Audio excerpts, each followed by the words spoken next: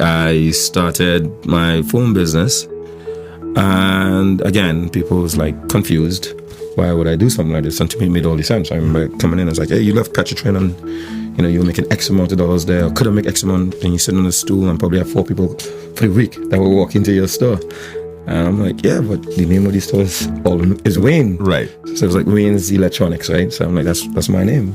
Petrotrin is not mine. And to me, that was a big thing for me. Mm-hmm. But a lot of people didn't come from entrepreneurial backgrounds, didn't understand that, that power, that I felt.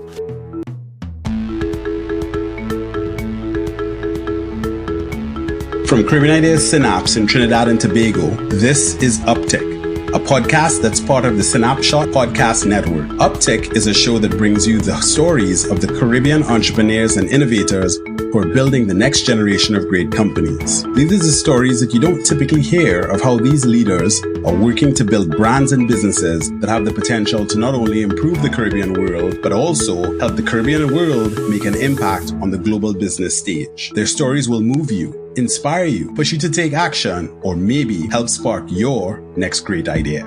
In today's broadcast, how a little boy from Point Fortin in deep south Trinidad and Tobago grew into a serial entrepreneur.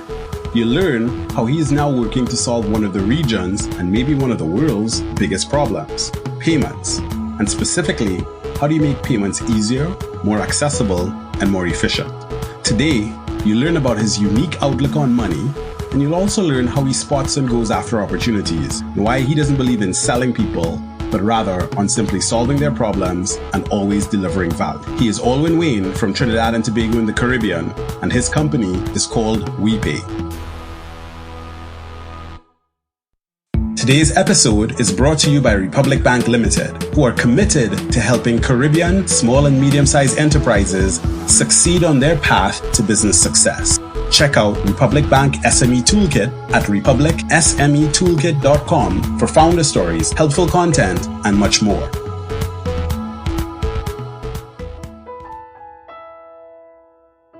For many of us, being able to punch in some numbers and hit the order button on sites like Amazon and eBay is a luxury that we enjoy. Now, while we don't always think about it, it can be pretty fascinating to learn about the things that are happening on the back end to make that payment possible.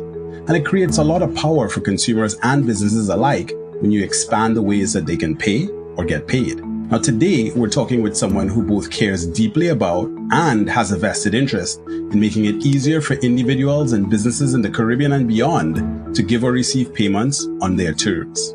Aldwyn Wayne is an entrepreneur who acquired a unique perspective on money at an early age after spending most of his after-school hours working in his father's electronics store in Point Fortin, South Trinidad. Now there, he mastered tasks like cashing, got experience managing people almost more than twice his age, and perhaps most important of all, learned how to understand what people valued most and then figure out a way to give it to them. To understand his journey, you need to know that he quite literally has entrepreneurship in his blood. He's gone from selling pencils in school to working at his parents' store, to venturing out on his own at just 20 with a set of retail stores, before launching a business that provided internet service to underserved communities in rural Trinidad and Tobago. His latest and most ambitious venture is WiPAY, a digital payment platform that opens up the ways that individuals and businesses can pay or be paid from anyone regionally, and ultimately, if he has his way, globally as well.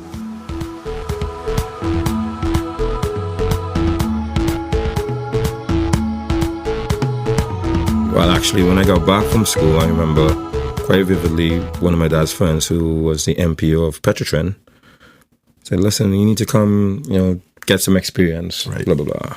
Now I don't want to go, but you know what, I end up going.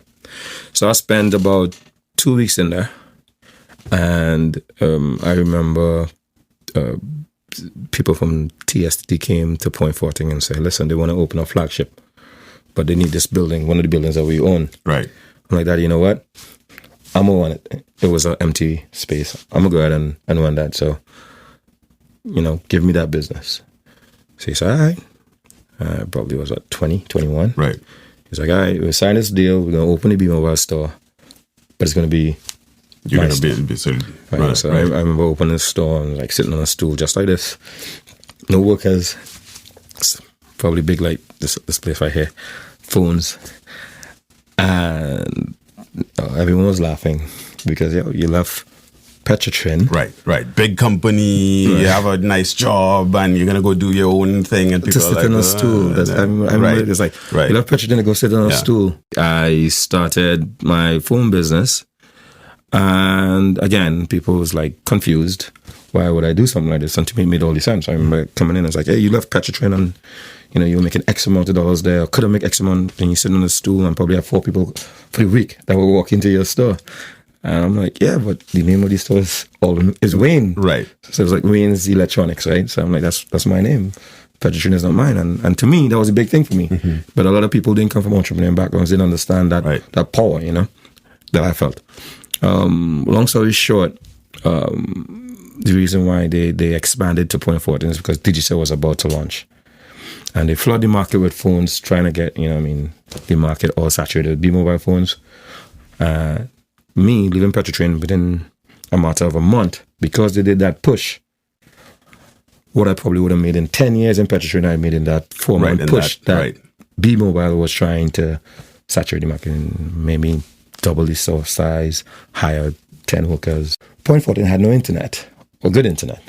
Right? We had good internet because we had it for our building.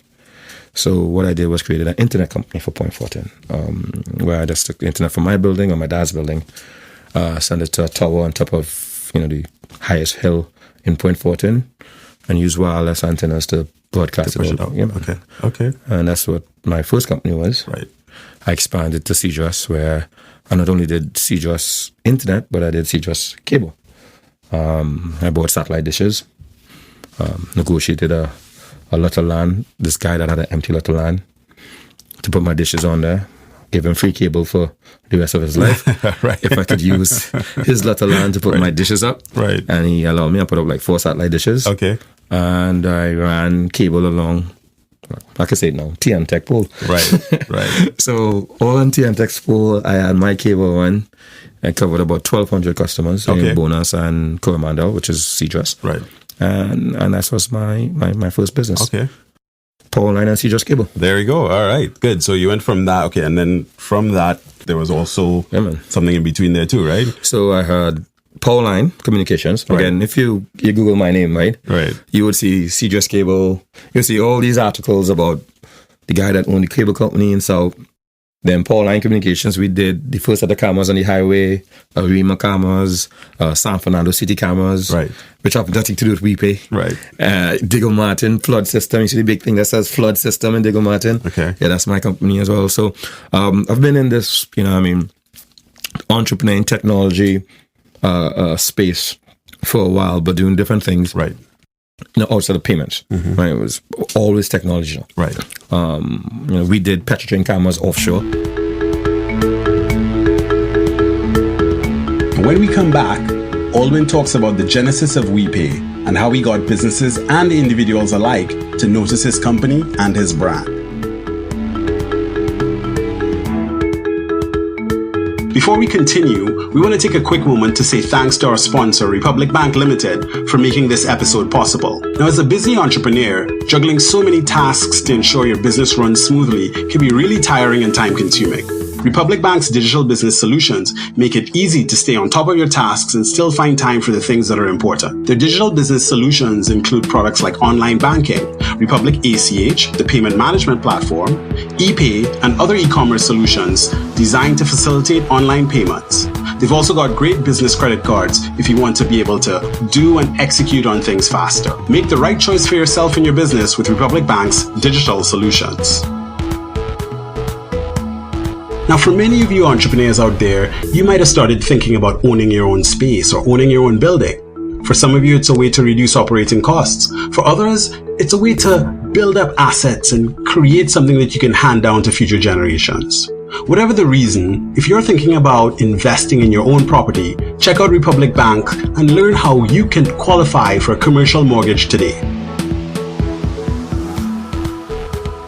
So WiPAY actually started out of a company between Powerline and WiPAY, which was Coldwater, which is a software development company that I had. Okay. That's in, let's say, 2015, when apps was like everything. Right. So I'm building an app, and the client wanted payments in the app, and understanding that credit card penetration was like nothing, how could you get paid from Tom, Dick, and Harry, the average consumer? And I looked at how the average consumer make payments, which is cash, but they also make digital payments, which is phone card top-ups. So I incorporate phone card top-ups in our app. It was for a donation, so I went to the phone companies, told them about it. So anytime someone make a payment to this app with a top-up, we split the money. Sure. As a donation, it was fine because 80% of 100 in a donation is still 80% that you wasn't going to get. I tried to expand that business to cover other payments, but the phone companies told me no. They are not going to cut back on how much money they need. So that's where WiPAY was born. I decided to build my own phone company network where you could buy a top-up, and instead of just topping up a phone, you could top up a light bill or Courts or Massey or Caribbean Airlines. So that's how WiPAY was actually formed. Okay, so that's interesting because a lot of times we'll see and we'll read about like in Africa and how you use mobile phones and mobile payments, and actually the exact same kind of thing that you said, right? You look at the market and you're like, okay, everybody doesn't have a credit card. There's a way that people are comfortable with. So you saw that opportunity and you kind of went after it, which is interesting. But did you kind of get into like sizing and, okay, I'm going to do a business plan and do all of that to get going? Or, did you just jump in? How did you kind of attack that? I'm the jumping guy. Right. So, fortunately, like I said, I came from a business background and had companies. So I had a little bit of startup capital. Right. So I had the ability to jump in. Yeah. And use some of my capital to make sure, to get in and prove the concept. Proof of concept, yeah.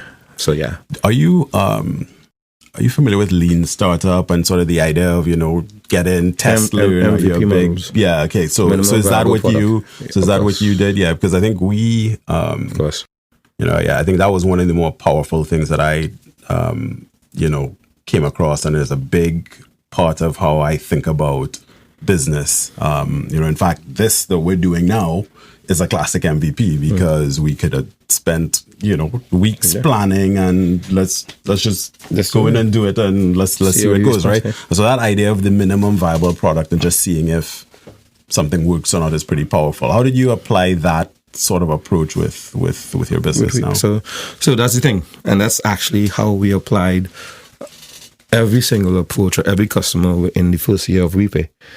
Right, so we were on a shoestring budget, right, and we had to impress people because when you deal with money, it's about trust, and it was very important to me that I put a face to the brand, and that's actually something really negative, especially when you're trying to build trust. Someone have a face that they could point to, so it's hard to build a brand if you put a face to it. So if you don't know who's behind the company, you could, try to trust the logo. But when you see the face, then you could nitpick at that person, whether he says something, whether he did something off, or just by how he looks in the connotation human would build.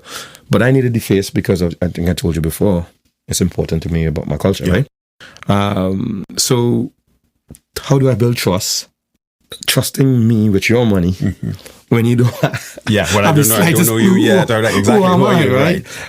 Again, I'm from South, so I don't come from the CIC or the QRC or one of those circles. So you have a bunch of people who might know you who are in leadership positions in Port of Spain. Sure. So they say, I know him from school. Yeah, no, none of that. Yeah. Right. So association. Right. I had to find some association or be associated with some huge companies really quick if this thing had to work. Right. And that's the MVP model. How do I get someone to work with me? Right. Give them something that they need. Again, I'm not selling you anything. I'm looking at your pain points. The judiciary, as you mentioned, their pain points, what they're trying to collect money all over. So I partnered with NLCB, which had 1,000 locations. My top-up system, where someone could buy, and then I build the court pay application for the judiciary. Sure. And then I say, this is not going to cost you anything. Right. So you practically give it away for free just to get it going. Just to get it going. And then we start making our money back when people start using the system. Yeah. And then when the Chief Justice go on TV and say, listen, this is the best thing since sliced bread. Right. Then other people start saying, what is this? Power of referrals. Exactly. And then we went to Massey stores, and we got Derek Winford from Massey to come and endorse it. And Massey start using it. And then we, you know, kind of progress from there. All reputable brands. So it is interesting because brand building, I mean, as an ad agency, we think about brands and work with brands a lot. And you said a couple interesting things there about, you know, you basically said, you know, hey, I'm going to personalize or humanize this brand. I'm going to do that, but I also need to build trust. So you had a way there. And I know you're a big fan of, some global brands in terms of how they approach it and so on. So tell us a little bit about, you know, the brands you like that you think do it well. Right. So we have a technology company, right? I mean, it says payments, but it's technology, right? We just use technology to make payments easier, right? Payments exist all the time. We just find a way to make it easier. The thing is, how do I get, people to appreciate the brand more than just the service it provides? I want you to create a lifestyle brand. That when you see the brand, you like it because it's right akin to, like Apple. Yeah. What is Apple? Is it a phone company? Is it earbuds? Is it a computer company? Is it, what do they do? Right. Amazon. He's in space now. Tesla. He started PayPal. Yep. Now he's Starlink, going to take over the world with this whole lower orbit satellites that you don't have to pay with TSTT anymore. Those brands can put something out tomorrow and people will flock to it because they're synonymous with quality, you know, cutting edge, and the must have. And that's what I want. How are you going about building the brand? What are some of the specific things you've done in the past, year or two to either build awareness and, help people understand what you're really all about? Right. So our target audience is the millennials and Gen Z, right? And they exist in the social media space. So although we, at the base must have a good product, right? WiPAY works. We spend a lot of time focusing on how to resonate our message with that market, Sure. So a lot of traditional media, when agencies come and say, hey, we're going to do this in the press, and it's like, okay, thank you, but bye. Yeah. That's not what we're looking for. Right. Or they give me, a mock-up of, a campaign, and it looks, I'm just going to jump on a point here. So my COO is Sasha Thompson. Mm-hmm. She was the CEO of Digicel for like last 10 years. And I always jump on her because when these big agencies come with campaigns, I was like, that's perfect for Digicel. But that's not us, right? They're huge, they could get away with putting a billboard up with this guy hair blowing in the wind and have some random iPod in his hand and just smiling. Right. With no message. Yeah. Right? I need to convey something for someone who has been scrolling through Facebook for 15 hours and he needs to literally stop when he sees this image. And a random person or image of some generic person with a background. Not going to do that. It's not going to. You're not going to get that. Back in the day, you spend time being stimulated by playing video games, which was like 2 hours out of the day. And then the rest of the time, you're outside or you read a book. Yeah. Now, my son, who's 12 years old, that's right. He's all screen time. That's right. Yeah. So how do I get him excited about something when all day he's seeing, cats flying and all these crazy stuff you see on the internet that's posted on, Instagram so absolutely. How do you stimulate? How do you stand out amongst all that content? Clutter, yeah.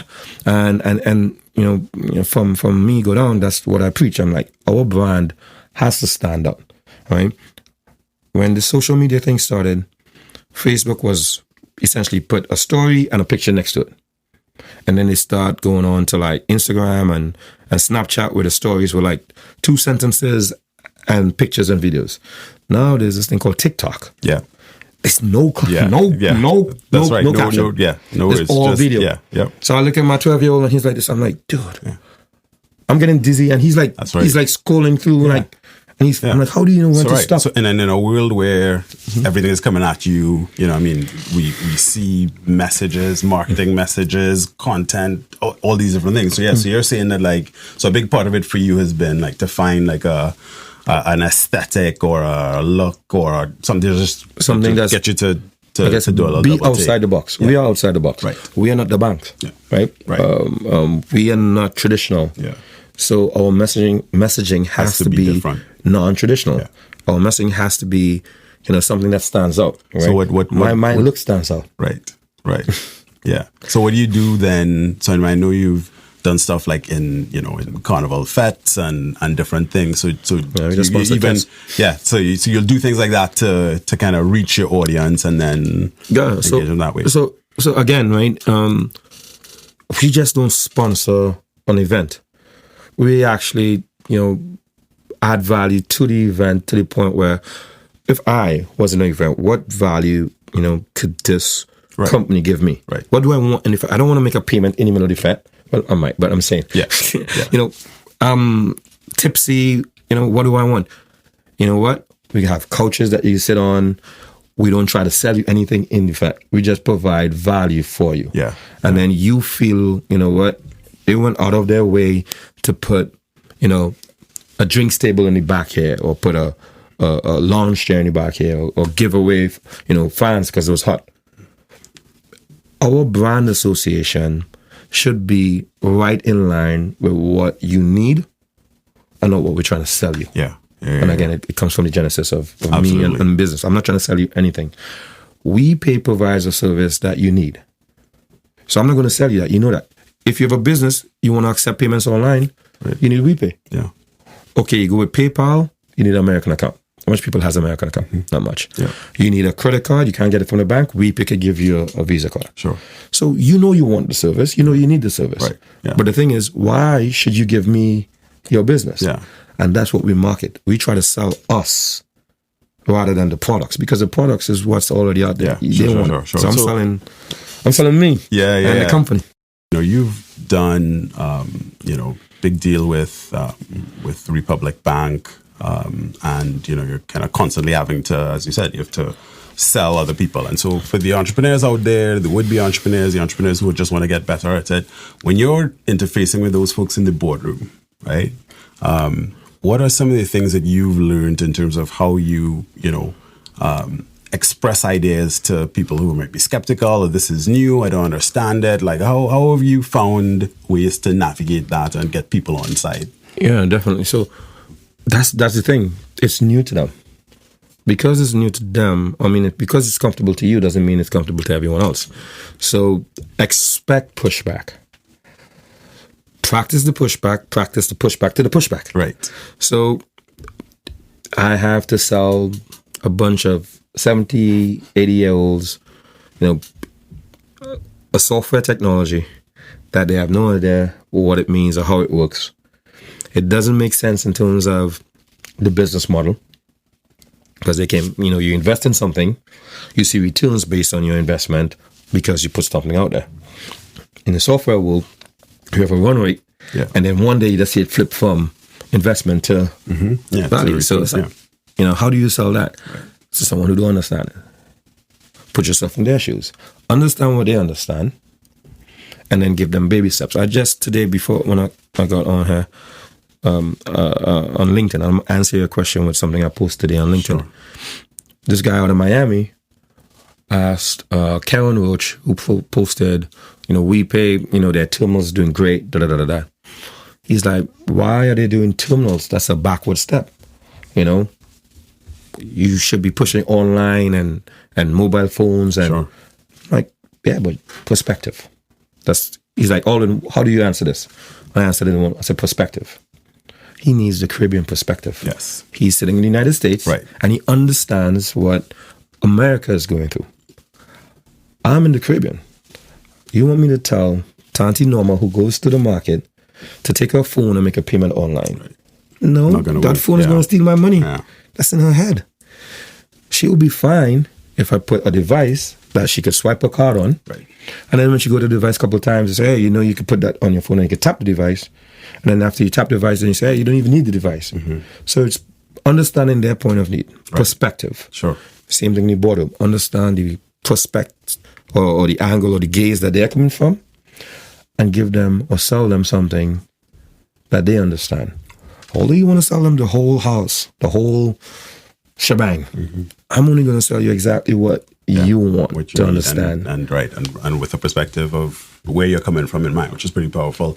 I want to as we start to wrap here, I once had a conference guest because we used to do a lot of conferences, and we did a mobile conference, and I had a guy who was invested in a lot of businesses, and afterwards we were chatting, and he said, well, I get this thing that you have this vision of a more innovative Caribbean, and but you guys you have a lot of potential, but you're also sort of like pretty far from the hubs where you could really innovate rapidly and create IP. And so I was like, how do you see that? Because I think that'd be a pretty big challenge. And so you building a technology company startup here means that you need talent, you need lots of things to be able to sustain innovation. So I'm curious about the people side, right?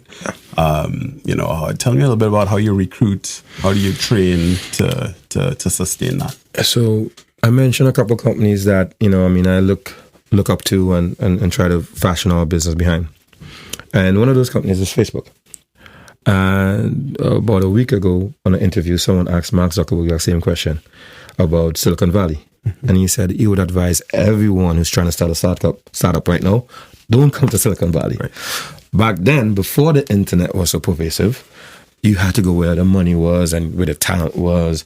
And, that's why everyone was rushing to Silicon Valley, because you could, cherry pick from the best and go on into interviews. Now, with all social media, the internet, you could get your message to prospective investors. You could get your message to prospective developers that you're looking for.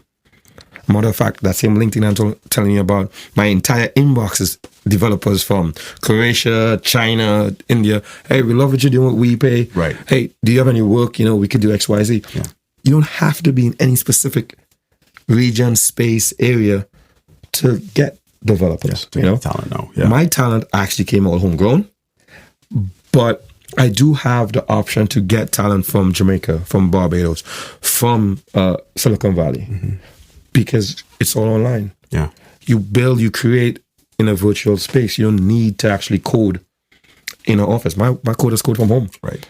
They come in the morning, and if, 12 o'clock, we have nothing pressing, just get your code and push to GitHub by midnight. That's all I can do. There. Right. Yeah, okay. So. All right. No, that's pretty powerful. I'm curious about kind of going back a little bit. We've talked about testing and learning and MVPs and all that sort of stuff. Is there an example of something that you're like a failure that you've learned from, or some things that didn't go right that then kind of came back around to help you do something better? I would say constant failure is what I learned from. Things that challenge me on I would say daily basis. Right. I did a podcast recently when someone was asking, Aldwyn, is it easy as it looks? Everyone should be jumping on this in government. I'm like, no, it's not easy. You have people all around you saying this is how it should be. You go in and, this, let's say, agency or government ministry says, listen, this is exactly what we want. But if it doesn't fit a political need or agenda, it's no. I'm like, dude, I don't comprehend. It's going to make your life better. It's going to make it easier. It's cheaper. It's going to be, but it doesn't fit an agenda. Into, some specific box. Yeah. It was a learning process for me to not, push back. But, what I have, make sure it fit the political agenda as well as the practical agenda. Yeah. So understanding how to navigate the politics, and that's not only in government I'm talking about, but business politics, Right. is something I would say that it's a constant learning process. You think, okay, great. This is what the politics is for this particular scenario. You go in there, and the politics is something totally different. Right. Don't drop your head. Say, all right, cool. Go with it. Take it on the chin. Yeah. And I come back and I find a different angle, because the service, the technology is not going to change. Right. It's understanding the politics. And I tell everyone, in my business right now, that's all I do. I haven't coded in like 4 years. 3.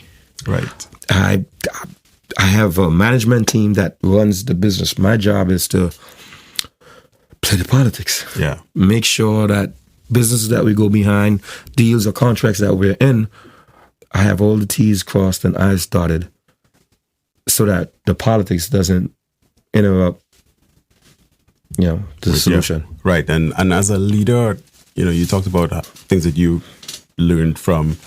How do you keep at the top of your game, and how do you keep yourself kind of advancing? What are you reading? What things do you do to kind of sharpen your saw? And so, my mindset is I find reasons to be angry or to be competitive. Right. Right. I would read some guy says he wants to open a fintech in Bermuda, and I would be crazy for this week. And so everyone, listen, we're losing to this guy, right, who probably haven't even wrote a line of code. He just said it. Yeah. And I'm a big basketball fan. It's a Kobe Bryant thing. Mm-hmm. It's you find ways to drive yourself outside of the actual drive that you think you need. Yes. You don't have to tell me that I'm not doing great. I'm feeling that I'm messing up something, or someone is messing up, and I would just work 10 times harder. So I am self-motivated to the point where I would say I'm driven by, my own fear of failure. Yeah. I'm always thinking that somebody's coming up to do something. I'm sitting here talking to you, and someone's, doing an interview to get something that is mine. Right. So, it's that focus on always trying to be greater than great. Okay. And I guess maybe a good place to end is on future vision. So right now you're building, you're creating, you're trying to take this thing somewhere. When you think out 3-5 years, let's say 5, what's your hope for your company? So in a year and a half, we expect to be the first neobank in the Caribbean. Neo means all virtual. Mm-hmm.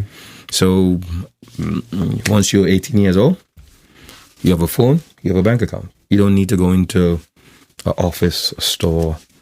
It's on your phone. Sure. All right. We will be able to provide you loans, credit cards, debit cards from your phone. Yeah. I mean, we have most of the components in place, just some regulatory stuff. And we will be just like any neobank in the world. I mean, if you look at purpose built for a generation that is looking for. That's on FaceTime. Yeah, I mean screen time. Yeah, you have a kid. Mm-hmm. Yeah, how old? 2, 9 and 7. So the 7-year-old. He knows everything. Yeah. Right. He's stimulated. You can't put him in front of a TV. That's old school. Yeah. My 12-year-old. I mean, you can. This is how far. So I'm a millennial. Yeah. I mean, we could close on this bit. And my son is a Gen Z, right? He's 12. And he's actually going to launch his own company in August when school closes. Right. Which is an esports company. Okay. Oh, yeah. So, yeah, that's a multi-billion-dollar business. Right. The guy that won Fortnite won 17 million, the EA Sports. So anyway, so we don't have that league set up properly. Right. So Daddy's going to fund it. Yeah. Me. Just like Daddy funded me. Yeah. And, and I mean, he is a superstar. Right. I mean, he's 12 years old. He has a YouTube channel. And he's telling me, Dad, all I need is 1,000 more, and then we're making some money. Yeah. And he's like, he's giving me the business plan. He's giving me the business plan. Yeah. I mean, Christmas time, I spent a ridiculous amount of money on like setting up a YouTube room for him. It's like a booth like this with mics and soundproof room. And my wife was like, what are you doing? I'm like, that's my investment.